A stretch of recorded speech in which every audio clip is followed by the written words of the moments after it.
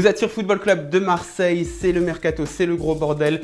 On essaye de faire un peu le tri avec vous. Aujourd'hui, on parle d'Albert à l'OM, j'en veux pas.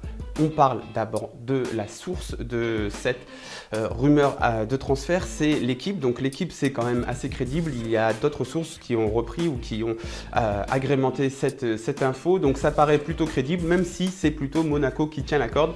Donc est-ce que ce serait embêtant de se faire souffler d'Albert?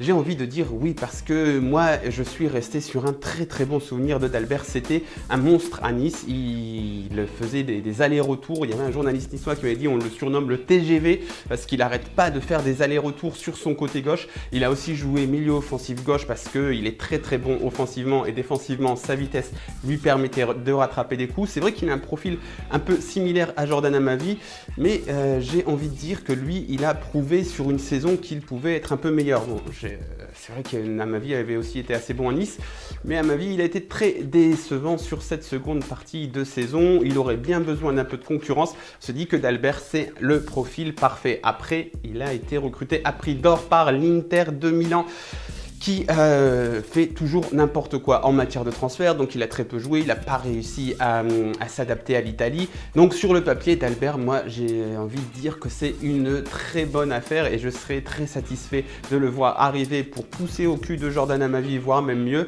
Donc voilà, c'est une très bonne affaire. Malheureusement, on a l'impression que c'est plutôt vers Monaco qu'il se dirige. Malheureusement, parce que moi d'Albert à l'OM, j'en veux.